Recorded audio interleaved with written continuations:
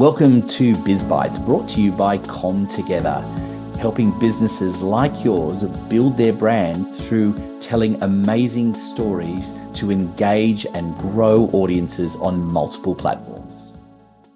Well, hello everyone, and welcome to another episode of Biz Bites, where, I think it's going to be a fantastic conversation, this one, because Steve Brossman is my guest, and not only do we share some similarities in our backgrounds, but I guess our businesses we've worked out are pretty well aligned. So here I am running a podcast and, of course, talking to lots of people about helping them and publishing their podcasts. Steve, on the other hand, specializes in helping people be a guest on podcasts. So he better perform well today because that's his main gig, right? So, Steve, welcome. Oh, I was going to come out and stutter and say I'm too nervous to do this and oh heck, oh golly gosh, etc., but I better not do that. It won't be good for business, will it? So, Anthony, it's the yin and the yang, or it's the positive and the negative of the magnets that are just going to snap together and attract. And let's give your listeners a hell of a treat. Yes, let's do that. Let's because I think that's the interesting common ground that we should probably start from is we both see the value of podcasts, and I suppose we'll get into it a little bit later, but that probably has a little bit to do with our own biases of our backgrounds in the media. But just give me your spin on the value of podcasts. Well, I'm going to go one step further. I'm going to give you the researchers' spin. I do a lot of work with some American companies, and they do the latest research on everything that's going on. And for the first time, I received the document that was previously headed The State of Video Marketing. And I've been getting that document for the last 20, 25 years. However, this year it was called The State of Audio and Video Marketing. Wow. For the first time ever, audio marketing has had its own little category within it. And 89% of the businesses and the marketers surveyed said that they will increase their marketing spend in audio marketing in 2024. So with more podcasts coming on and the value being seen as a great return on investment, people that are listening to this really should think, okay, it's not just something that I'll do to get in and fill in time.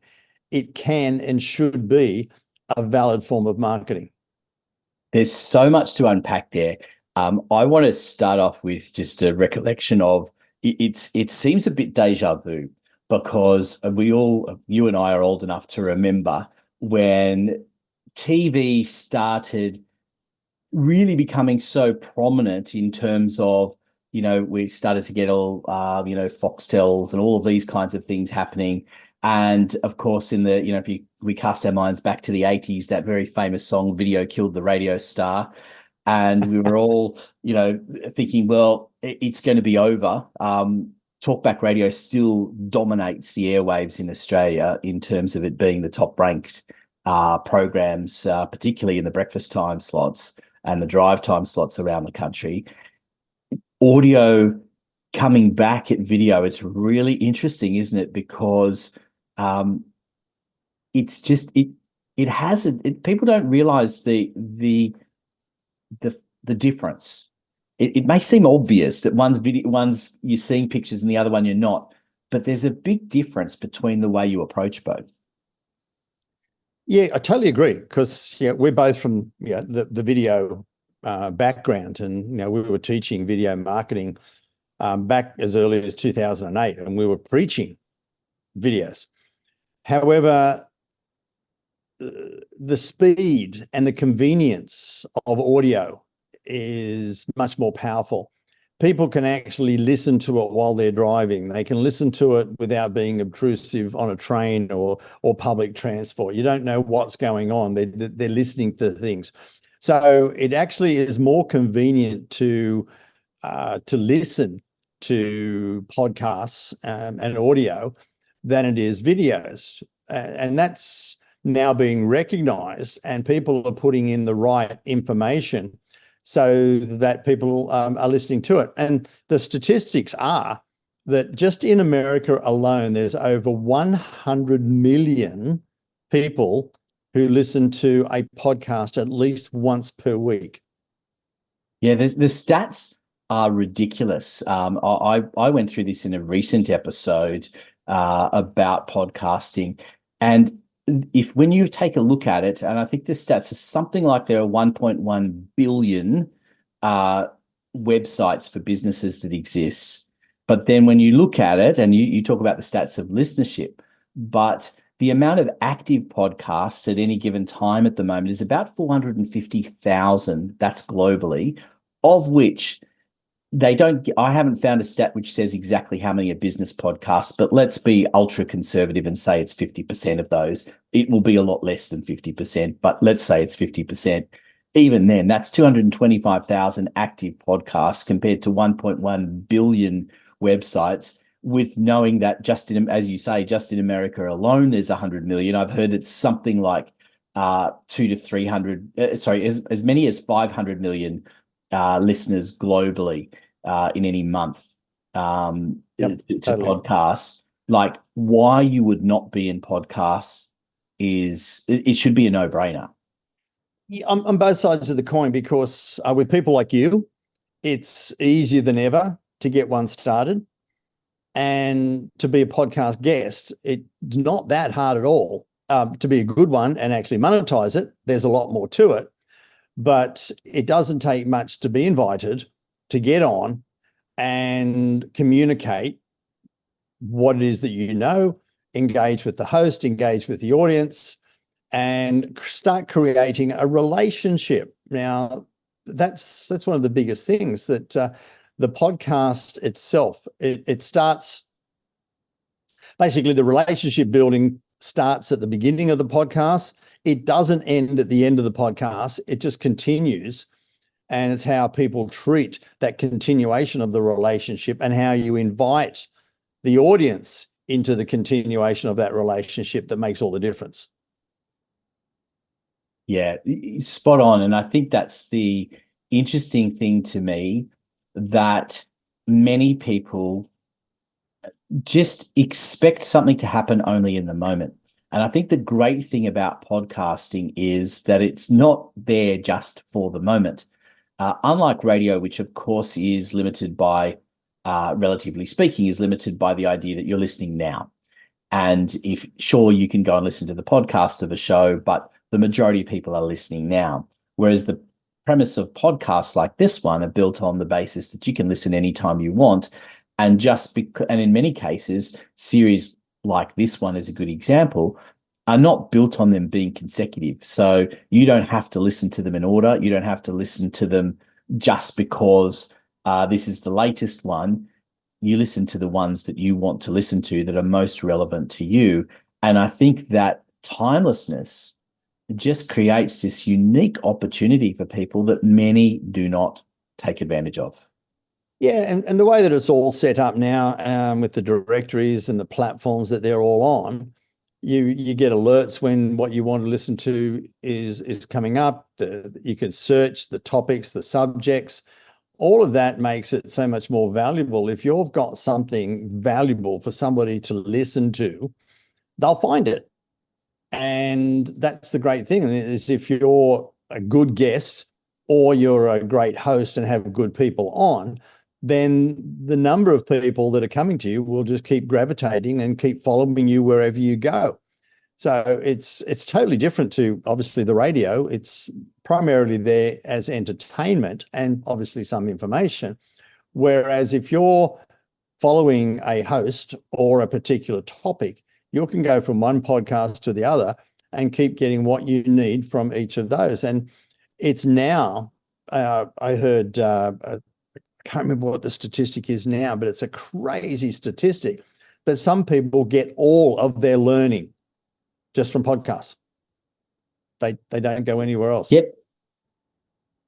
Yeah, and you can understand that. I mean, again, it's funny how we kind of come full circle, because I know, thinking back to my my school days, all those years ago, that the biggest thing was I'd be listening to the radio, and I remember getting to school and we'd all be talking about, oh, did you hear this or did you hear that? And whether it was news or whether it was a, comedy thing or whatever it might have been, it always all came from there, even more so than TV ever did. And I think just getting back to that original subject as well is that, as someone, and you'd appreciate this, as someone who worked in television, the biggest shift in going from audio to video is that you're now reliant on the pictures. Mm.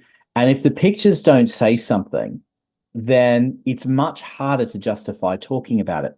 So you need to be led by the pictures. So when you watch a news bulletin at night, you're watching what a commentary that is regarding the images. And then if you flip over and you're listening to an audio only based version, well, you can paint the pictures yourself.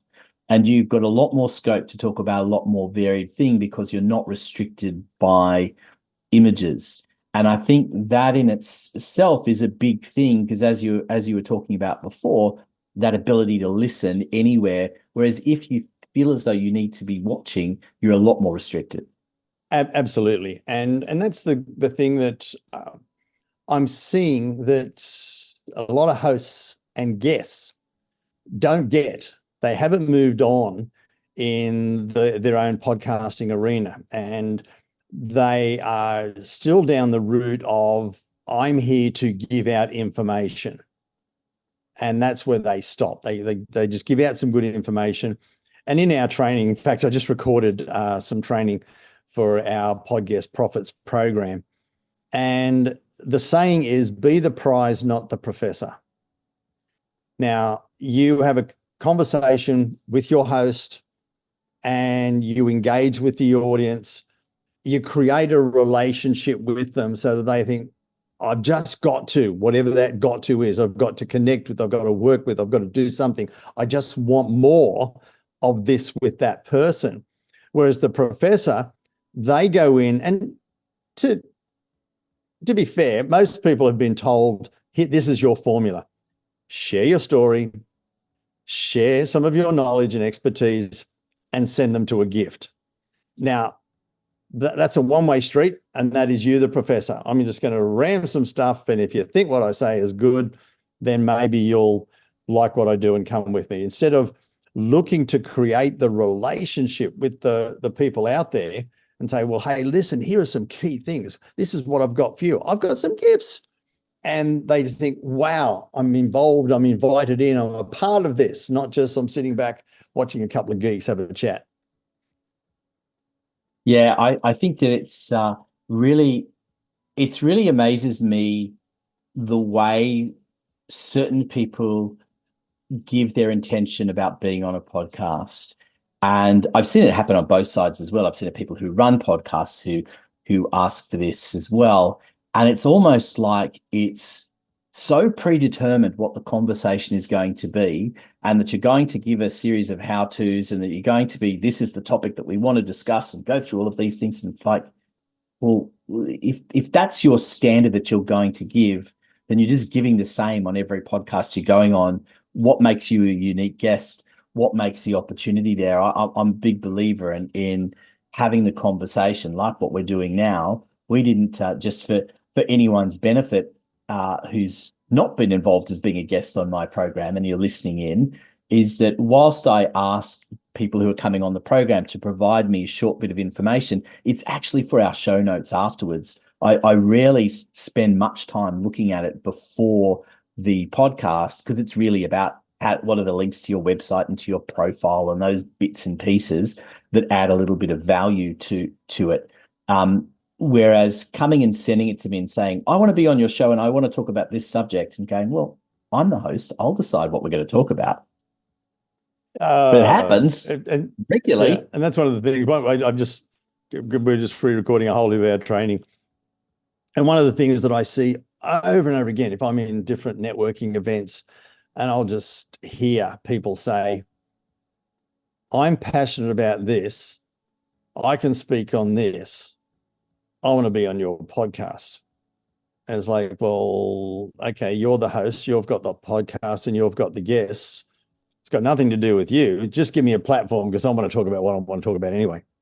It's like, that's going to go well. Which is interesting, because my response now to those people are saying is, if you're passionate about this subject and these things, okay, great. I'll help you have your own podcast. You don't need to come on my podcast and talk about that. That clearly is a determination that you've got an area that you're an expert. Let's set up your show and do that. Whereas when you're coming on as a guest, you want to discuss topics and things that are going to be of interest to the host and let them determine that. They've invited you onto the show. That's the way it generally works. In fact, funnily enough, I was just having a conversation earlier today with someone who was telling me that he has a semi-regular slot on a Melbourne radio station, and that often they will ring him up at 5 o'clock in the morning and say, can you talk about X? And so that's what he does. He doesn't give them a list of topics that I can talk about this, and anytime you want to slot it into the program. And podcasting is no different in that regard at all. So I guess I wanted to ask you as well, give me some of the other big no-nos that you've seen happen when people are guests that they just should avoid doing. Well, I'll start with the tennis match theory. An interview should be a tennis match. You know, the host will hit a question over, the guest, they'll hit some information back, and it'll go backwards and forwards. There'll be a nice banter backwards and forwards. And that's how it should be. Where I see sometimes that a very inexperienced guest will think, I'm not really sure how many questions they're going to ask. So if they ask me one question, I'm just going to try and get it all in one answer. And everything that I wanted to say in 30 minutes, I'm going to get in one answer. And I'm just going to go from one to the other. And it's just like sitting, watching somebody hit the tennis ball up against the wall. It's not a good look. You don't get excited. You want to get the backwards and forwards. And when you're confident about what it is that you say, and you can get it across in some nice bite-sized chunks, in sound bites, as we used to say in the TV world, then you're going to get the information across. The host is going to come back with the next question. The interesting thing is, and then I take this in my high-level coaching program, when you're a good tennis player, you hit the ball back over the net to direct the other tennis player where you want them to go. When you are an experienced pod guest, you hit the answer back over the net where you want the host to go. So if you are an experienced guest, you can actually control, but not manipulate, but direct where you want the conversation to go by how you end the answers. And so the people that are nervous and think, well, how many questions are they going to ask? Well, I better get it all in. You just lose the excitement, and you lose any invitation to go back. So that's one of the biggest things, is treat it like a tennis match. Have the confidence that your host is going to go backwards and forwards with you. I think it's an important idea, because you've got to remember that you've been invited onto a program because you're an expert in a particular area, but equally the person hosting the program is an expert in their particular area as well. So you have to treat them as much of an expert as you are, as you want to be treated an expert yourself. So I think that's what allows for the uniqueness of the conversations, because I think that's where people that come in with this predetermined idea forget, is that we're a product of our own experiences. Are there other people doing the same thing what you and I are doing? Yes, there are.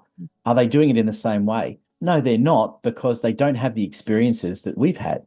That doesn't mean that they're necessarily better or worse. It just means they're different. And that's what makes it for an interesting conversation. One thing that's really opened a lot of people's eyes since I've actually been teaching this part of the podcast world is the podcasting Relationship Trinity. Now, those who want to get out and just preach, it doesn't matter who's there, who's listening, they're just going to say what they're going to say anyway. Whereas the three relationships that people should be aware of is obviously the first one, which it's you and me. It's the guest and the host, and we build that between the two of us. Then there's me and the the guest and the audience. Now, there's ways to invite them in by speaking directly. And this one, Anthony, this one's just for your listeners. Yeah, Anthony, I know your listeners are going to love this. I've got this just for you. So there's a way to bring the listeners in. Now, when you do that, you're going to have a surge of oxytocin for them, which is the belonging drug. They're going to feel as if I'm a part of this, and the whole relationship starts building.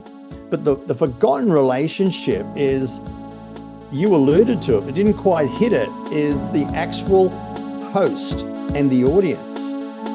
Me, I'm the guest. I'm there because of his relationship with the audience.